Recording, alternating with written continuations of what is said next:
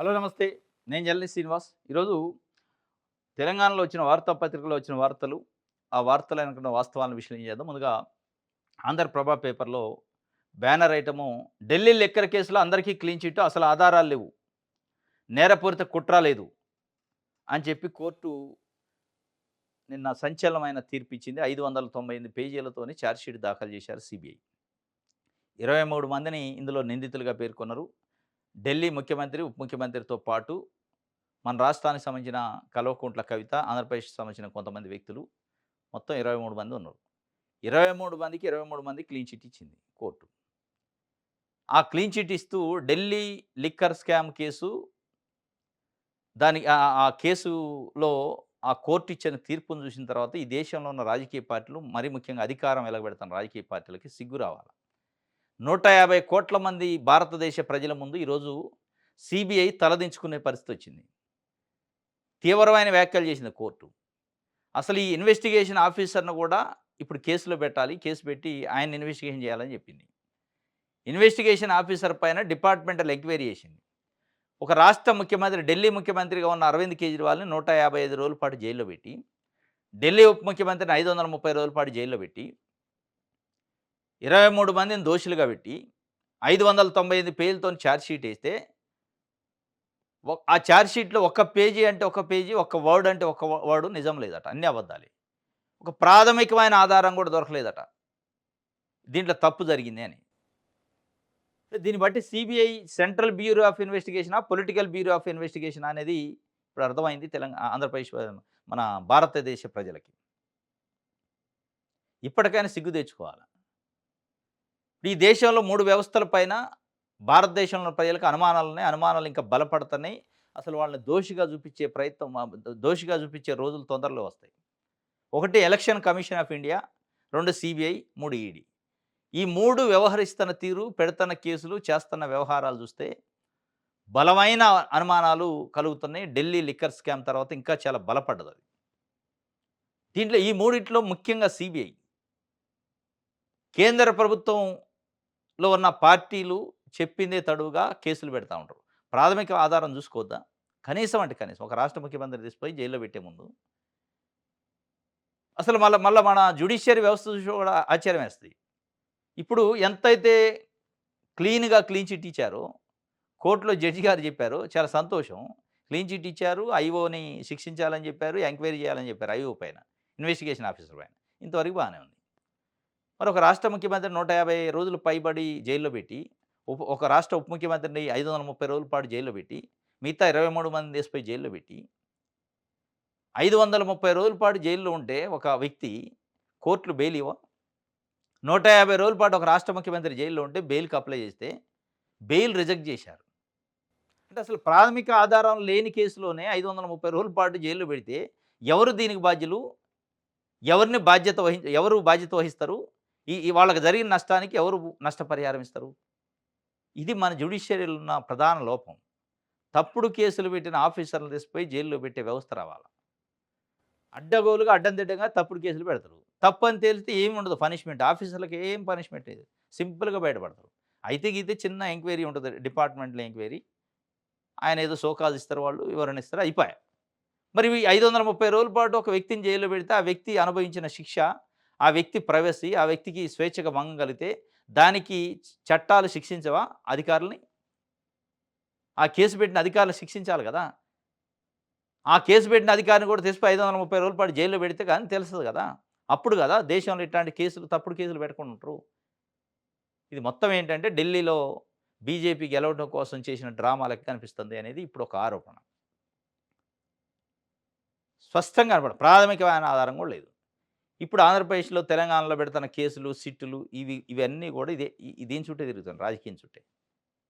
కల్తీ లడ్డు, కల్తీ మద్యం, లేదా ఇక్కడ కాళేశ్వరము, మేడిగడ్డ, ఈ కార్ రేసింగు, ఇవన్నీ ఏ కేసులో కూడా ప్రాథమిక ఆధారాలు లేవు. ప్రాథమికమైన ఆధారాలు లేకుండా ఏది పడితే అది కేసు అయితే పెడతారు. వాళ్ళ మీద బట్ట కాల్చి మీదేస్తారు. బురద పోస్తారు. ఇది మళ్ళా రాజకీయంగా వాడుకోవడానికి ప్రయత్నం చేస్తున్నారు తప్ప, సేమ్ ఢిల్లీ లిక్కర్ కేసు ఏదైతుందో, సేమ్ ఇక్కడ తెలుగు రాష్ట్రాల్లో ఇప్పుడు పెడుతున్న కేసులు కూడా సేమ్ అట్లనే ఉండే అవకాశాలు కనిపిస్తున్నాయి. ఎక్కడ కూడా డబ్బులు ఒకళ్ళ నుంచి ఒకళ్ళకి ట్రాన్స్‌ఫర్ అయినట్లేదు, లబ్ధి పొందినట్లేదు. లేకుండా కేసులు పెట్టారు ఇక్కడ.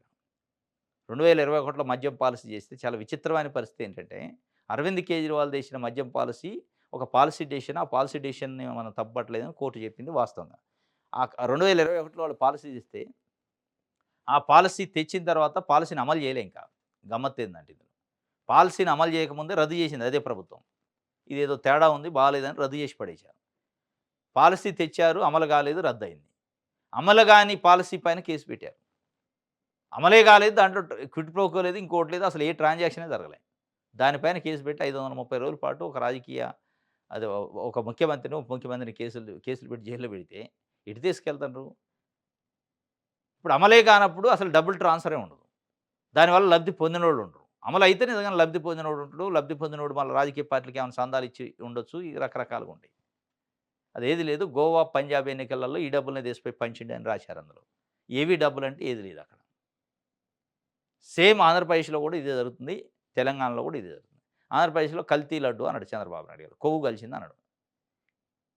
కేసు పెట్టడానికి వరకు ఉంటది. రాజకీయంగా విమర్శించుకోవడానికి ఉంటది. రేపు కోర్ట్‌లో ట్రయల్‌కి పోయినప్పుడు ఏమడిగిద్ది కోర్టు? పలానా వాళ్ళని 2019, 24 మధ్యలో ఉన్న అధికారులనో, చైర్మన్నో దోషిగా చేసి మీరు కోర్టు ముందు పెడతారు. ఆ దోషి కాదా ఆయన నిందితుడా కాదా అనేది తేలవటానికి వాళ్ళు ఏమడుగుతారు కోర్టు? నీ దగ్గర ఉన్న ఆధారం ఏంది? 2024, 2019 మధ్య 2019, 24 మధ్యలోనే కల్తీ జరిగింది. కొవ్వు కలిసిందని ఏంటి ఆధారం అంటారు. లేదు సార్ ఇగో ఆధారం అని తీసుకొస్తారు. ఏం తీసుకొస్తారు? అప్పటి లడ్డూ లేదు. అప్పటి నెయ్యి లేదు. ఏం తీసుకురావాలి తీసుకొస్తే? 2024 జూలై 6, జూలై 12న ఈ 2 రోజులలో వచ్చిన 4 నెయ్యి ట్యాంకర్‌లు శాంపుల్ తీశారు. ఆ 4 నెయ్యి ట్యాంకర్‌లో శాంపుల్‌లో కల్తీ ఉందని తెలిసింది. అది తీసుకొస్తారు ఒకవేళ ఉంటే. దాంట్లో కూడా కొవ్వు లేదు. కల్తీ ఉందన్నారు రసాయనాలు. అది తీసుకొచ్చి 2024 జులైలో జరిగిన కల్తీకి 2019, 24 మధ్యలో జరిగిన కల్తీ అని చెప్పి ఆ వ్యవహారానికి కల్తీ అని చెప్పి ఎట్లా అప్లై చేస్తారు? వీళ్ళు కాదు. అసలు ఈ 2024 జులైలో నెయ్యి ట్యాంకర్‌లు వచ్చినప్పుడు అధికారులు ఎవరుండ్రు? చైర్మన్ ఎవరుండ్రో వాళ్ళని తీసుకురాని అంటారు. ఏం చేస్తదప్పుడు ప్రభుత్వం? ఇగో ఈ ఢిల్లీ కేసును చూసిన తర్వాతైనా కనీసం ఒక హెచ్చరికగా తీసుకొని ఇట్లాంటి అక్రమ కేసులు పెట్టకుండా, టైమ్ పాస్ చేయకుండా, దాని చుట్టూ రాజకీయాన్ని, మీడియాని తిప్పకుండా పరిపాలన చేయండి. ఇది ఒక వార్త అయితే, కడిగిన ముత్యాన్ని అప్పుడే చెప్పా ఇప్పుడు కోర్టుకి తెలిసింది. కవిత అంటున్నారు. కడిగిన ముత్యం అట. ఈ పదం చాలా గమ్మత్తుగా అనిపిస్తది. రాజకీయ పార్టీ నాయకులు ఎవరు కూడా కేసు నుంచి బయట రాగానే కడిగిన ముత్యం. కడగాలంటే అంటాలుగా ఫస్టు. ఇప్పుడు ఏదైనా ముత్యం కడగాలంటే దానికి ఏదో బురద అంటితేనే కడగాల. ఈ కడిగిన ముత్యం కాదు అసల ముత్యంకి ఏది అంటలేదని చెప్పండి. నాకేం అంటలేదు, కడుగుడు లేదని చెప్పాలి. మీరే కడిగిన ముత్యం అంటే అది వేరే రకంగా అర్థం చేసుకుంటారు. ఓహ్! కడగాలంటే కడుక్కొనొచ్చింది బీజేపీతోని అక్కడ పోయి అని అనుకుంటారు. కాబట్టి కడుగుడు లేదు, ముత్యానికి మంచిగనే ఉందని చెప్పాల. అయితే ఈ ముత్యం కడిగిన ముత్యం విషయంలో నిన్న అన్నకి, చెల్లికి మధ్యలో స్టేట్మెంట్‌లొచ్చినియి. ఆయనేం చెప్పిండు? కవితకి న్యాయం జరిగింది. కానీ బీఆర్ఎస్ ఓడిపోయింది అన్నాడు. కవితకి న్యాయం జరిగిందట. బీఆర్ఎస్ ఓడిపోయింది. ఆయన చెప్పేదేందంటే పేషెంట్ బతికిండు, డాక్టర్ చచ్చిండు అన్నట్టు. అంటే బీఆర్ఎస్ ఓడిపోవటానికి కారణం కవిత లిక్కర్ స్కామే. దానివల్ల మేము ఓడిపోయినామని ఈ బీఆర్ఎస్ ఓడిపోయిన ట్యాగ్‌ని ఆ బోర్డుని తీసుకుపోయి కవిత మెడలో ఎయాలని చూస్తున్నాయన. దానిపైన ఫైర్ అయింది. బీఆర్ఎస్ ఓడిపోయి 2.5 సంవత్సరాలయింది. 2.5 సంవత్సరాల్లో ఏ రోజన్నా మీరు కూర్చొని అసలు ఎందుకు ఓడిపోయినాం మనం? ఏ అంశాల వల్ల ఓడిపోయినాం? బీఆర్ఎస్ ఓడిపోయిందెప్పుడు? కవిత కేసు అయిందెప్పుడు? బీఆర్ఎస్ ఓడిపోయింది నవంబర్ 30, 2023 జరిగిన ఎన్నికల్లో ఓడిపోయింది. కేసు ఎప్పుడైంది? ఎంపీ ఎన్నికల ముందయింది. 2024లో. ఓడిపోయిన తర్వాత కొద్ది నెలల తర్వాత ఈ కేసయింది. దానికి కేటీఆర్ గారు లింక్ చేసి బీఆర్ఎస్ ఓడిపోయింది, కవిత గెలిచిందంటాడు. మీరిప్పటికి గూడా కనీసం ప్రాయశ్చిత్తం లేదు. బీఆర్ఎస్ ఓటమికి కారణాలేంది? ప్రజలెందుకు ఓడించారు? ప్రజలు మనకి ఓటేయకపోవడానికి కారణం ఏంటి? అని ఈరోజు కూడా కేసీఆర్ కూర్చొని ఒక రివ్యూ మీటింగ్ పెట్టుకోవాలి. ఎంత మీకు అంటే ఉండాలి? ఎంత ప్రజాస్వామ్యయుతమైన వాతావరణం ఈ పార్టీలో అర్థమైంది. ఇప్పటికైనా చర్చించుకోండి కూర్చొని. మనం ఓడిపోవడానికి కారణం ఏంది? దాంట్లో మళ్ళా ఖమ్మం, నల్గొండ, మహబూబ్‌నగర్, వరంగల్ జిల్లాలో క్లీన్ స్వీప్ అయ్యి కాంగ్రెస్ పార్టీ గెలవడానికి కారణాలేంటి? ప్రజలు మననేం అర్థం చేసుకున్నారు? ఆ ప్రజల్లో వర్గాల వారీగా రైతులు ఏం అర్థం చేసుకున్నారు? మహిళలు ఏం అర్థం చేసుకున్నారు? నిరుద్యోగులు, ఉద్యోగులు, విద్యార్థులు ఈ రంగాల వారీగా మీరు చర్చించుకోండి తప్ప, ఈడ తీర్పు వచ్చింది కాబట్టి ఒక ట్యాగ్ తీసిపోయి ఆమె మెడలో ఏసి, మీరు తప్పించుకునే ప్రయత్నం చేసి, మీ ఓటమికి కారణాలని చాప కింద పెట్టే ప్రయత్నం చేస్తే మళ్ళొకసారి మీకు ఇదే ఓటమి ఖాయమైంది. ఆమె చాలా ఖండించారు. నా మెడలో ఎట్లా ఏస్తారు మీ ఓటమి ట్యాగ్‌ని అని చెప్పి. రైట్. ఇది ఒక వార్త. ఆ!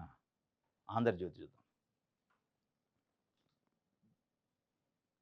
ఏ సమస్యకి హింస పరిష్కారం కాదు. ప్రజాస్వామ్య పద్ధతులతోనే ప్రజల ఆకాంక్షలకు సాకారం అయితే లొంగిపోయిన మావోయిస్ట్ నేతలతో ముఖ్యమంత్రి రేవంత్ రెడ్డి గారు నిన్న సమావేశమయ్యారు. మావోయిస్ట్ అగ్రనేతలు కొంతమంది లొంగిపోయారు. వాళ్ళతోని సమావేశమయ్యిండు. వాళ్ళతో సమావేశమయ్యి ఏ సమస్యకు కూడా హింస పరిష్కారం కాదండు. అందరి మాటలు అయితే హింస పరిష్కారం కాదంటారు. మీరే ముఖ్యమంత్రి స్థాయిలో ఉండి నేను పేగులు తీత్తా, నేను గుడ్లు తీస్తా, పక్కనే డీజీపీ పోలీసులను పెట్టుకొని తాట తీస్తా, తొండలు వదులుతా, లాగుల్లాగా తొండలు ఈ వ్యాఖ్యలు చేస్తారు. హింస పరిష్కారం కాదు వాస్తవమే. కానీ ఒక ముఖ్యమంత్రి స్థాయి కాన్స్టిట్యూషనల్ పదవిలో ఉన్నప్పుడు చాలా జాగ్రత్తగా మాట్లాడాలి కదా! అడ్డందిడ్డంగా మాట్లాడుతున్నారు ముఖ్యమంత్రి రేవంత్ రెడ్డి గారు. సరే అదొక భాగం. ఇక ఆయన హింస పరిష్కారం కాదు. ఎట్టెట్లా మీరేమైనా రాజకీయాల్లోకి వస్తారా ఏంటి? రాజకీయాల్లోకి వస్తే చట్ట ప్రకారం హింస లేకుండా మీరు పని చేసుకోవాలి అనేది చెప్పిండు. మొత్తానికి అసలు ఇప్పుడు మావోయిస్ట్ పార్టీ ఇగో ముగింపేనా? ఉద్యమం లేదా? అనే ఒక చర్చ ప్రజల్లో పెద్ద ఎత్తున జరుగుతుంది. రోజు కొంతమంది లొంగిపోతుండ్రు. ఇక పూర్తిగా లేదు అని అమిత్ షా అప్పట్లో మార్చి 31 వరకల్లా దేశంలో ఇక నక్సలిజం, మావోయిస్ట్ అనేది ఉండదు అని చెప్పిండు. నిజంగా లేదా? అడవుల్లో ఇప్పుడు ఖాళీ అయిందా? మావోయిస్టు నేతలు గాని, మావోయిస్ట్ పార్టీ గాని, ఆర్గనైజేషన్ లేదా? లేదా లేదు అయిపోయిందనే ఒక ప్రభుత్వం చెప్పే ప్రయత్నం, మేము విన్ అయినాం అనే ప్రయత్నమా? కొంతమందిని లొంగదీసుకోనో, లొంగిపోయో ఉంటే ఇక దాన్నే చూపించి మావోయిస్ట్ లేదనే ప్రయత్నం చేస్తారా? మావోయిస్ట్ లేదు కాబట్టి మీ విధానాలు ఏమైనా మారతాయా? అనేది ఇప్పుడు చర్చ. ఇప్పుడు మావోయిస్టు పార్టీలోంచి బయటకొచ్చిన నేతలు గూడా, మరి వాళ్ళు ఎందుకు బయటకొచ్చారు? ఏంది వాళ్ళ రాజకీయ కారణాలా? లేతే అక్కడున్న కారణాలా? ఇది తెలవదు గానీ, మేము రాజకీయాల్లోకొస్తామని కొంతమంది, మేము లేదంటే ప్రజల కోసం కొట్లాడదాం, ప్రజాక్షేత్రంలో ఉంటామని కొంతమంది.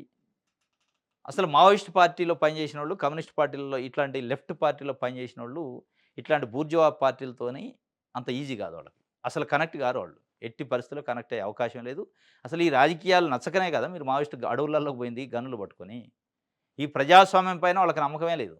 ఈ ఓటు సిస్టమ్ పైన, ఈ ఓటింగ్ సిస్టమ్ పైన, ఎన్నికల పైన నమ్మకమే లేదు. ఈ నమ్మకం లేని వ్యవస్థలోకి వచ్చి ఒకళ్ళు లొంగిపోవడానికి కారణాలు వేరే ఉండొచ్చు. ఇందులోకొచ్చి మేమేదో రాజకీయం చేస్తామంటే ఇంక అది నమ్మటానికి లేదు. ఒకళ్ళు నిజంగానే అట్లా చేస్తే గిట్ల ఈ రాజకీయం కోసం లొంగిపోయినట్టే. దాంట్లో డౌటే లేదు. హింసతోని పరిష్కారం కాదు. మీరేదైనా ఉంటే మీకేం ప్యాకేజీ కావాలో పొరుగు రాష్ట్రాల్లో ఉన్న పునరావాస ప్యాకేజీని పరిశీలిస్తాం. ఇది అదని చెప్తున్నారు. రైట్. ఓట్ల లెక్కింపు తర్వాత వీవీప్యాట్ స్లిప్పులు సరిచూసుకోవచ్చు. లెక్కింపు అనంతరం వారం దాకా అవకాశం. అభ్యర్థి అందుకు ఫీజు చెల్లించాలి. తమిళనాడులో ఎస్ఐఆర్ విజయవంతమైంది. ఒకే విడత పోలింగ్‌పై ఆలోచించిన నిర్ణయం. నిన్న chief election commissioner Gyanesh Kumar ఒక ప్రకటన చేశారు. ఇన్ని రోజులకి 2024 పార్లమెంట్ ఎన్నికల్లో జరిగిన అవకతవకలు, ఆంధ్రప్రదేశ్‌లో పోలింగ్ ముగిసిన తర్వాత 12.5% పోలింగ్ ఎక్కువ నమోదు కావటం, 51,00,000 ఓట్లు అర్ధరాత్రి 2 గంటల వరకు నమోదు కావటం, దానికి సరైన కారణాలు చెప్పలేని పరిస్థితుల ఎన్నికల కమిషన్. ఇయన్నీ ఉన్నాయి. గేట్ క్లోజ్ అయిన తర్వాత 51,00,000 మంది గేట్‌లలో ఉండి ఓట్లేశారని చెప్తున్నారు ఆంధ్రప్రదేశ్‌లో. దాని వీడియో ఫుటేజ్ ఇవ్వమంటే ఇవ్వట్లే. అసలు అది సాధ్యమయ్యే పరిస్థితా అనేది అనుమానాలొస్తున్నాయి.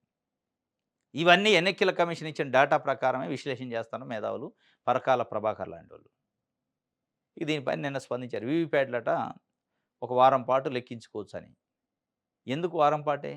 ఒక 4 వారాలు, 5 వారాలు లేదా 2 నెలలు ఉంటే తప్పా?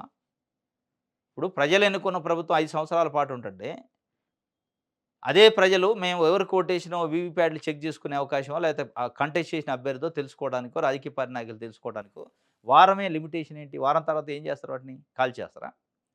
ఎందుకు కాల్చేయాలి? స్టోర్ చేయలేరా? మన భారతదేశంలో దశాబ్దాల పాటు ఉన్న డాటా, దశాబ్దాల పాటు ఉన్న ఫైల్సు, ఎప్పుడో 1955 నుంచి ఉన్న ఫైల్స్ కూడా ఇప్పుడు మన ప్రభుత్వ ఆఫీసులలో ఉంటాయి. ఎన్నికల కమిషన్ ఒక సంవత్సరం పాటు స్టోర్ చేయలేదా? ఉంటే తప్పేంటి? ఎందుకు మీకు ఆ టెన్షను, ఎందుకు ఆందోళన ఏంటి? వారంలోనే క్లోజ్ చేస్తారట. అక్కడే ఉంది మెలకువల. వీవీప్యాట్‌లు లెక్కించుకోవచ్చు వారం పాటని. వారంలో ఎంతమందికి మీరు చూపించగలరు? ఎంతమంది అప్లై చేయగలరు? వాళ్ళకి అసలు అనాలిసిస్ చేసుకొని డౌట్లు రైజ్ అయ్యేదెప్పుడు? కాబట్టి ఎన్నికల కమిషన్ ట్రాన్స్‌పరెంట్‌గా ఉండాలి తప్ప అనుమానాలని ఇంకా పెద్దగా చేసే విధంగా ఉండొద్దు. ఎన్నికల కమిషన్ ఎన్నికల భారత ఎన్నికల కమిషన్ అంటే ఎన్నికలు చాలా హుందాగా జరిగినాయి, అనుమానం లేకుండా జరిగినాయి. మేము వేసిన ఓటు సార్థకత ఉందని ప్రజలు నమ్మే విధంగా ఉండాలి తప్ప, ప్రజలు అనుమానపడే విధంగా ఉంటే ఇక ఇట్లే ఉంటది. వారం రోజులేనట. వారం రోజుల్లో తీసేస్తారట. ఈ లిమిటేషన్స్ ఎందుకు? ప్రజల ఓటు ప్రజలు తెలుసుకోవడానికి ఎప్పుడంటే అప్పుడు అవకాశం ఇయ్యండి. నా ఓటు నేను ఎటేసినో నా వీవీప్యాట్ చూసుకునే హక్కు లేదా? చెక్ చేసుకునే హక్కు లేదా? నా బూత్‌లో లేదా నేను కంటెస్ట్ చేసిన అభ్యర్థి నాకు ఓట్లు ఎన్ని పడ్డాయి, నాకు ఓట్లు పడ్డ ఆ సింబల్‌కి ఉన్న వీవీప్యాట్‌లెన్ని చెక్ చేసుకునే హక్కు వారమేంది? ఒక సంవత్సరం ఇయ్యండి తప్పేముంది? మీరు చేసే పనేముంది ఎన్నికల తర్వాత? అంటే ఆ కండిషన్స్ పెడతంటేనే అక్కడనే వస్తుంది. కండిషన్స్ వెనకున్న కారణాలేంటని.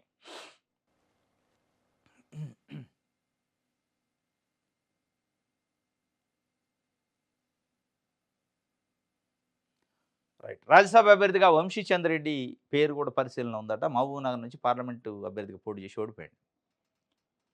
ఆయన ఏఐసీసీ కమిటీలో ఉండి ఇప్పుడు రాహుల్ గాంధీకి సన్నిహితుడిగా ఉండు 2 రాజ్యసభ ఖాళీ అయితున్నాయి. ఒక రాజ్యసభ ఏఐసీసీలో ఉన్న అభిషేక్ సింగ్ మన్వికి కేటాయించారట. ఇంకొకటి ఖాళీ ఉంది. ఆ ఇంకోటిలో ఎస్సీలు మాకు కావాలని, ఎస్టీలు మాకు కావాలని, బీసీలకి మాకు కేటాయించాలని రకరకాల చర్చ జరుగుతుంది. వంశీచంద్ రెడ్డి పేరు ఇప్పుడు లైన్‌లోకి వచ్చింది. ఏది ఏమైనా రాష్ట్ర ముఖ్యమంత్రిగా ఉన్న రేవంత్ రెడ్డి కోటాలో ఉంటదది. ఎందుకంటే ఆయన సూచించిన పేరుకి ఇస్తారు. ఎందుకంటే అభిషేక్ సింఘ్‌వికి అక్కడ ఏఐసీసీ అధినాయకత్వం డెసిషన్ తీసుకున్నారు. వాళ్ళ ఖాతాలో అది పోయింది. ఇంకొకటుంది. ఈయన ఖాతా కిందకి, ఈయన కోటా కిందకి రావాలి. వంశీచంద్ రెడ్డి నిజంగా చేస్తాడా? వంశీచంద్ రెడ్డి పాలమూరు జిల్లాకు సంబంధించినోడు. ప్యారలల్‌గా రేవంత్ రెడ్డికి ప్యారలల్‌గా నాయకుడిని ఏఐసీసీ లెవెల్‌లో ఎదగనిస్తారా? అవకాశం ఇస్తారా? అనే ఒక చర్చ అయితే జరుగుతుంది. ఎందుకంటే ఏఐసీసీకి దగ్గరగా ఉంటారు. రాజ్యసభ మెంబర్ అంటే ఏఐసీసీకి ఇప్పటికే ఆయన దగ్గరగా ఉండు. రేపు రాజ్యసభ మెంబర్ అయిన తర్వాత పార్లమెంట్‌లో గాని, దాంట్లో గాని సోనియా గాంధీతోని, రాహుల్ గాంధీతోని, ప్రియాంక గాంధీతోని చాలా లైజీని ఏర్పడింది. ఇది భవిష్యత్తులో ఈ రాష్ట్రం నుంచి ఒక అగ్రనాయకుడిగా అయ్యే అవకాశం ఉంటది. ఇది అంత ఈజీగా కాంగ్రెస్ పార్టీలో ఒకళ్ళు ముందుకు పోతుంటే ఇంకోడు గుంజుతా ఉంటాడు ఎనక్కి. ఈ గుంజే కార్యక్రమంలో రేవంత్ రెడ్డి ఒప్పుకుంటాడా? రేవంత్ రెడ్డి ఒక దళితుడినో, ఒక ఎస్టీనో, ఒక ట్రైబ్‌నో లేకపోతే ఇంకొక బీసీనో ముందు పెట్టి ఈ రెడ్డి అనే కాజ్‌తోని పక్కకు పెడతారా? నిజంగా ఇచ్చే అవకాశం ఉందా అనేది ఒక చర్చ అయితుంది. ఇక రాహుల్ గాంధీ టూర్ తర్వాత తేలిద్దట. రాహుల్ గాంధీ ఢిల్లీ ఇక్కడికి వస్తాడు హైదరాబాద్‌కి. డీసీసీ అధ్యక్షుల శిక్షణా కార్యక్రమానికి.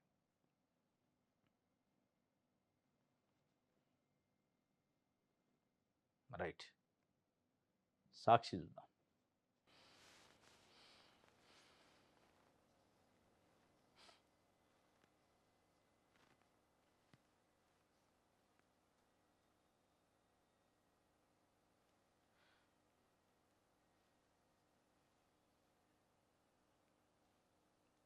రైట్. సాక్షిగా పిలిచి దోషిగా ఆరోపణల. ఇది చట్టవిరుద్ధమన్న కేసీఆర్ తరపు న్యాయవాది. జస్టిస్ ఘోష్ నివేదికపై హైకోర్టులో వాదనలు. ఎస్కే జోషి, స్మితా సబర్వాల్ తరపు వాదనలు కూడా విన్న ధర్మాసనం. పిటిషనర్లపై ఎలాంటి చర్యలు వద్దన్న మధ్యంతర ఉత్తర్వులు పొడిగింపు. తదుపరి విచారణ మార్చి 2కు వాయిదా. Justice PC Ghosh judicial commission నివేదిక ఇచ్చింది. ఆ నివేదిక తయారు చేయడానికి సాక్షిగా పిలిచారు కేసీఆర్‌ని. ఆయన మాట్లాడిండు. పిలిచిన తర్వాత ఇప్పుడు దోషి అని బయట ప్రచారం చేస్తానని కోర్టులో పిటిషన్ ఏశారు హరీష్ రావు, కేసీఆర్ వీళ్ళు. దాంట్లో ఆర్గ్యుమెంట్స్ ఇన్నారు. ఇప్పటికే తదుపరి చర్యలు వద్దని ఒక ఆర్డర్ ఉంది. దాన్ని పొడిగించారు. మార్చి 2కు వాయిదా వేశారు. సాక్షిగా పిలిచి దోషిగానే. ఇప్పటికే ఢిల్లీలో లిక్కర్ స్కామ్‌లో వచ్చిన తీర్పు తర్వాతనే వీళ్ళ మైండ్‌లో, యాటిట్యూడ్‌లో చేంజ్ రావాలి. పరిపాలిస్తున్న పార్టీలలో. ఏదో అడ్డగోలుగా అధికారం ఉంది. ఏసీబీ, సీబీఐ చేతిలో ఉన్నాయి కాబట్టి కేసులు పెడతాం అనే కంటే కూడా అయి నిలబడతాయా, కోర్టులలో నిలబడవా అనేది చూసుకోవాలి. కాకపోతే అదొక బురద జల్లి మనం ఒడ్డెక్కుదాం అనే పరిస్థితి ఉంటే అది చాలా ప్రమాదం.